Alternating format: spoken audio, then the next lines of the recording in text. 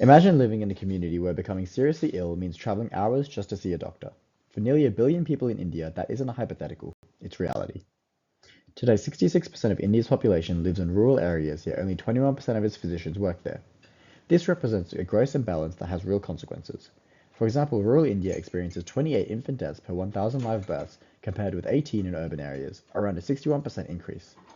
This disproportion is unacceptable and must be addressed.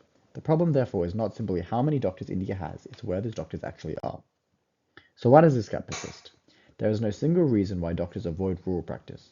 Rural positions can mean lower earning potential, poorer housing and infrastructure, fewer opportunities for career progression, as well as professional isolation.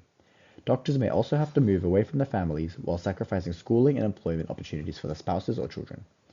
Because these barriers are interconnected, a single incentive cannot solve them. This links directly to India's commitment to SDG 2.8, universal health coverage. Universal healthcare means little if India's healthcare is not physically accessible. Without enough doctors in rural communities, patients face delayed diagnoses, reduced preventative care, and poorer management of chronic diseases. That is why I'm asking you, the Minister for Health and Family Welfare, to implement a rural physician incentive and training program built around three complementary pillars. First, financial incentives, which make rural practice more economically attractive. Second, rural training pathways, which train doctors within the communities that need them. And third, professional support, including mentorship and career progression, so that working rurally does not mean sacrificing professional development.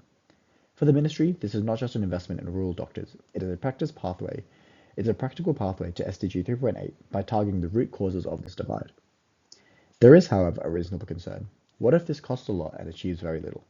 A WHO evaluation of the incentive program in Niger found that the proportion of healthcare workers outside the capital increased by only 4 percentage points over 2 years after its inception. Using this data, policymakers may argue that this investment could represent high expenditure and low yield and advocate against its implementation. In reality, Niger's experience is reflective of their context as opposed to a critique on the incentives program.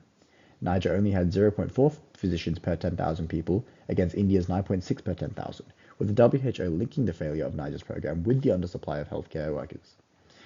With a workforce around 24 times as dense, India has a physician workforce that can realistically be redistributed.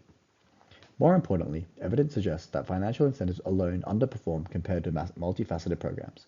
Thailand demonstrates what this can look like. With a physician density of 3 to 4 per 10,000, its CPIRD program produced graduates which are 2.44 times more likely to remain in rural areas for at least 3 years, while supplying 31% of new physicians. Minister, India does not need more of the same. It needs a program designed around why doctors choose not to work rurally in the first place. I asked the ministry to fund and pilot the Rural Physician Incentive and Training Program, combining financial incentives, rural training pathways, and professional support. India has the physician pool, we have evidence of what works. Now we need to put doctors where two-thirds of Indians actually live.